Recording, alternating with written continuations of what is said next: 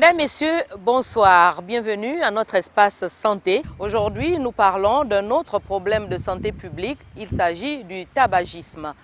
De nombreux cas de décès enregistrés dans notre pays sont dus au tabac. Le gouvernement se penche sur la question. C'est ce que nous allons découvrir dans le reportage qui suit.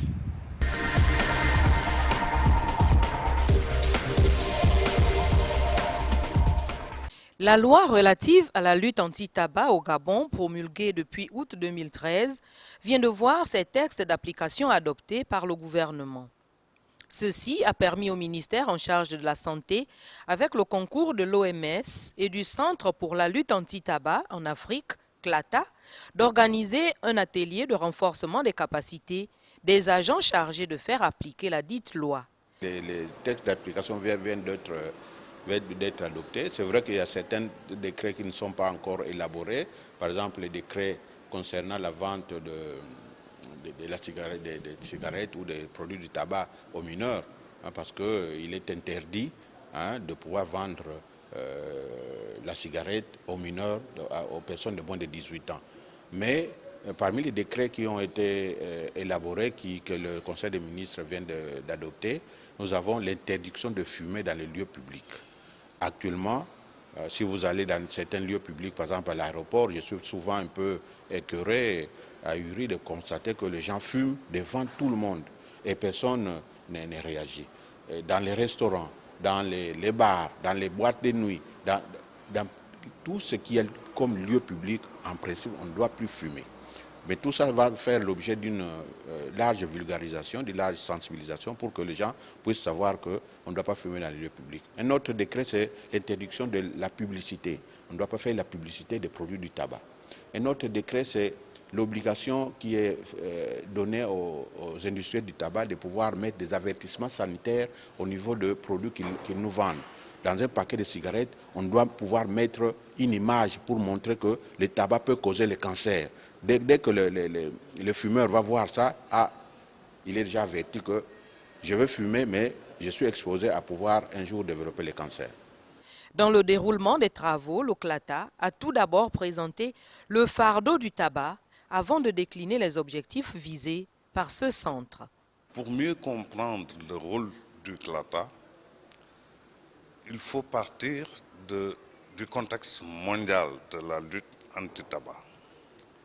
Vous savez qu'avec la mondialisation, il y a eu la conjonction de facteurs extrêmement complexes tels que le développement des échanges internationaux et des investissements étrangers directs, l'amplification de la publicité, de la promotion et du parrainage transfrontalier, ainsi que le mouvement international des cigarettes de contrebande et de contrefaçon, qui ont fait exploser le tabagisme au point d'interpeller la communauté internationale qui, sous les auspices de l'Organisation mondiale de la santé, négocie le premier traité international de santé publique, en l'occurrence la Convention cadre de l'OMS pour la lutte anti-tabac, dont l'entrée en vigueur le 25 février 2005 a été saluée comme un événement historique. Alors, à partir de ce moment, on va assister à un nouveau contexte mondial puisque les pays riches adoptent et appliquent les dispositions de cette convention. La conséquence, c'est quoi? L'industrie du tabac accuse d'énormes pertes de marché et pour combler ce gap, elle développe et s'active dans les pays les plus pauvres de la planète, particulièrement les pays africains, qui se caractérisent par une absence de législation. À partir de ce moment, l'Afrique, qui représente un marché potentiel de plus de 700 millions de consommateurs, dont la moitié est constituée de jeunes, est visée. Cela était suffisant pour amener l'OMS, l'Organisation mondiale de la santé, et la Fondation Bill et Melinda Gates à mettre en place une structure qui n'est pas une structure étatique, mais qui aura pour rôle d'appuyer et d'aider les gouvernements africains à élaborer des législations et des politiques anti-tabac pour faire face à la nouvelle situation. C'est ainsi que le CLATA, Centre pour la lutte anti-tabac en Afrique, plus connu sous son sigle anglophone, CTCA, Center for Tobacco Control in Africa, a été créé en janvier 2011 pour donc fournir des preuves concrètes et pousser les États africains à s'impliquer dans le processus de lutte anti-tabac qui a commencé à prendre véritablement de l'ampleur depuis l'apparition de la Convention cadre de l'OMS pour la lutte anti-tabac. Le CLATA souhaite dans tous les cas accompagner notre pays dans la lutte anti-tabac et mettre en commun les preuves à fournir lorsqu'il faudra faire face à la justice en cas de maladie ou de mort avérée liée au tabagisme. Nous savons aujourd'hui que les maladies non transmissibles constituent en tout cas un véritable problème de santé. Il y a aussi les maladies infectieuses. En plus de cela, nous avons aujourd'hui des fardeaux qui sont tellement diversifiés, tels que la malnutrition, les guerres, la malbouffe.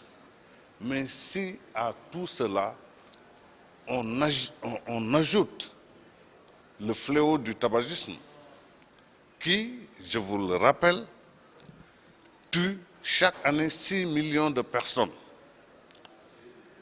Et il faut comprendre que dans l'histoire de l'humanité, nous n'avons pas encore enregistré une catastrophe avec un bilan mortel aussi lourd. Même les 2 guerres mondiales n'ont pas fait autant. 6 millions de morts par an. Chaque minute que nous traversons dans ce monde, 6 personnes meurent du fait du tabagisme. Voilà un peu comment se dessine la situation. Et le tabac, il ne fait pas que vous tuer, il vous appauvrit avant de vous faire mourir. Aujourd'hui, les institutions de Bretton Woods estiment à plus de 200 milliards de dollars les pertes économiques causées par le tabagisme à travers le monde et dont les 50% sont enregistrés dans les pays les plus pauvres de la planète. Alors, face à cette situation, la communauté internationale n'est pas restée les bras croisés. Elle a négocié et mis en œuvre, je le dis tout de suite, un instrument international de santé publique extrêmement efficace, la Convention cadre, qui est en train de faire ses preuves dans les pays les plus avancés de la planète. Et c'est pourquoi c'était une urgence de faire en sorte que les gouvernements africains puissent être accompagnés dans le processus de mise en œuvre de ce traité. L'OMS, quant à elle, dans sa convention cadre pour la lutte anti-tabac, met en avant un objectif spécifique: protéger les générations présentes et futures contre les effets dévastateurs de la consommation du tabac et à l'exposition à la fumée du tabac. Le tabac est vendu librement à travers le pays, dans les coins de rue, les marchés et les supermarchés, mais contient de nombreuses substances mortelles. Les consommateurs actifs et passifs sont-ils informés de la composition de ce produit? Nous en parlons dans le reportage qui suit.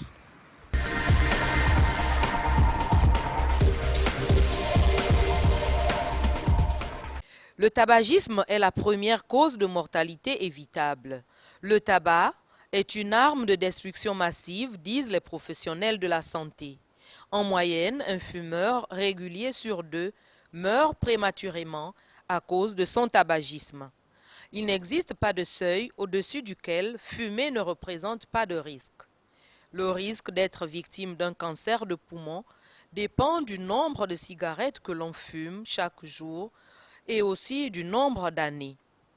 Pour réduire le risque, il faut simplement arrêter de fumer. Comment y parvenir? Des stratégies efficaces sont nécessaires. Cet atelier a été organisé à la suite de l'adoption par le Conseil des ministres de textes d'application de la loi numéro 006/2013 qui instaure les mesures de suivi de la lutte anti-tabac au Gabon. Alors, il nous a fallu, pour mettre en œuvre cette loi, il faut qu'il y ait des gens sur le terrain pour pouvoir appliquer cette loi. Mais les agents sur le terrain, c'est soit les policiers, c'est soit les douaniers, c'est soit la gendarmerie, c'est soit vous les journalistes, hein, parce que bon, y a des mesures, par exemple, en rapport avec la publicité. Il faut éviter la publicité. Donc, c'est toutes ces personnes-là qui doivent être au parfait de ce qui est dit dans les décrets, hein, d'application de la loi anti-tabac. Donc, l'objectif principal, c'est renforcer les capacités des agents qui sont chargés d'appliquer la loi anti-tabac sur le terrain. Et le tabac actuellement, à travers le monde, c'est le fléau qui tue le plus si on considère par exemple le sida. Le sida ne tue pas autant que le tabac. La tuberculose ne tue pas autant que le tabac. Le tabac tue environ 6 millions de personnes par an. 6 millions, c'est énorme. Et qu'est-ce qui tue dans le tabac? C'est plusieurs choses. Dans le tabac, il y a environ 4000 substances nocives, dont 60 sont cancérigènes. 4000 substances. Je vais donner comme exemple de substances contenues dans le tabac, le goudron, l'arsenic. Vous voyez un peu les liquides que les dames utilisent pour pouvoir enlever le vernis. C'est dans le tabac. Donc chaque bouffée que vous inhalez environ 4000 substances qui sont nocives pour la santé. Donc c'est tout dire que vraiment il faut que la population soit au courant pour que les jeunes ne puissent pas commencer à fumer et que ceux qui sont déjà là-dedans, bon, on va mettre des mécanismes pour pouvoir aider ceux qui veulent arrêter de fumer. 90% des cas de cancer de poumon est dû au tabagisme. Les cancers causés par le tabac sont les cancers de la bouche, de la gorge, des lèvres et celui de l'œsophage, plus fréquent lorsqu'on associe l'alcoolisme. Le tabagisme est également à l'origine des maladies cardiovasculaires, les AVC, l'hypertension artérielle, les anévrismes, la bronchite chronique qui très souvent évolue vers l'insuffisance respiratoire si on n'arrête pas de fumer. Il y a également des pathologies comme le diabète de type 2, le lupus, les infections ORL et dentaires, sans oublier la parodontite, maladie des gencives qui provoque le déchaussement et la perte des dents. La liste des maladies n'est pas exhaustive. Actuellement, si vous allez en Ngongé, vous verrez qu'il y a de plus en plus de cas de cancer. On se demande pourquoi tout d'un coup la flambée de nombre de cas de cancer. Et le tabac est parmi les grands pourvoyeurs des cas de cancer, spécialement pour les cancers de poumon, les cancers de la gorge. Mais des autres maladies, c'est tout ce qui est comme maladie cardiovasculaire. Actuellement, on se demande par exemple comment est-ce que quelqu'un subitement peut devenir hypertendu, peut avoir des problèmes au niveau cardiaque, avoir des AVC. La femme enceinte qui est exposée à la fumée du tabac ou qui fume peut voir sa grossesse partir, ou bien voir que le bébé qui va naître va peut-être naître avec un faible poids ou avec des malformations. Ou alors chez les hommes qui fument, beaucoup d'hommes qui fument souffrent d'impuissance sexuelle. Donc vous voyez un peu, il y a plusieurs exemples, il y a plusieurs eh bien, tous les organes sont atteints. Il n'y a pas un seul organe dans l'organisme qui ne soit pas concerné par les méfaits du tabagisme. La consommation d'oxygène présent dans l'air est indispensable à la survie des êtres humains. La respiration apporte cet oxygène au niveau des poumons où il passe par le nez et la bouche, puis la gorge, la trachée et les bronches. Le fumeur respire un air chargé de produits toxiques qui vont agresser les cellules qui tapissent les parois de ses organes. Cette agression directe de l'appareil respiratoire explique la survenue chez les fumeurs de nombreuses infections. La population fortement concernée par les méfaits du tabagisme sur la santé réagit sur les mesures prises dernièrement par le gouvernement. Nous sommes allés les interroger, leur réaction dans le reportage qui suit.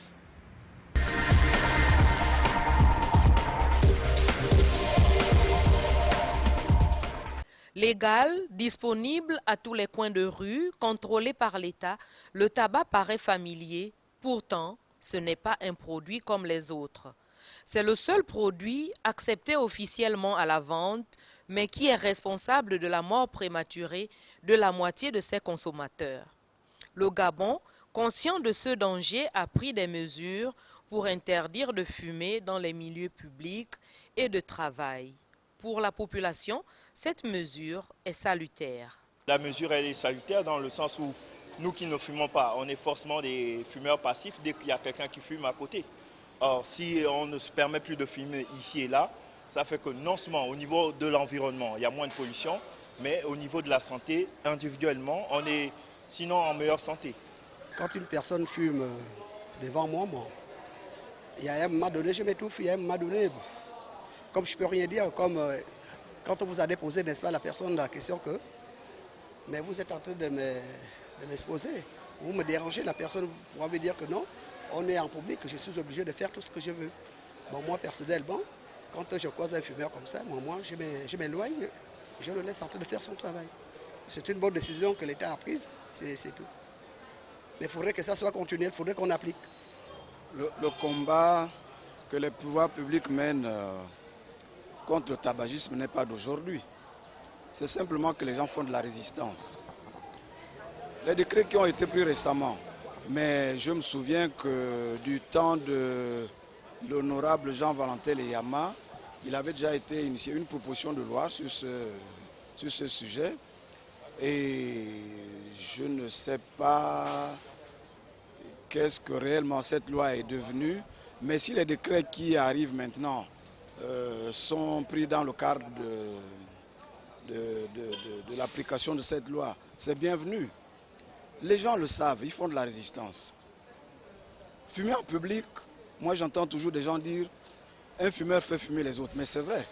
Et si en plus il est réservé des espaces non fumeurs, ou encore des espaces pour les fumeurs, mais c'est tout simple, ceux qui veulent fumer, ils se mettent à fumer dans ces endroits, et que les autres qui ne fument pas, qu'on les laisse tranquilles.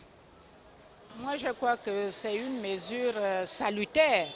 Parce que si le gouvernement prend de telles décisions, c'est pour éviter que le tabac, qui est vraiment un poison, je peux dire un poison pour l'humanité, pour les humains, je crois que c'est mieux que le gouvernement agisse et pour éviter que les gens, décourager que les gens ne fument en public.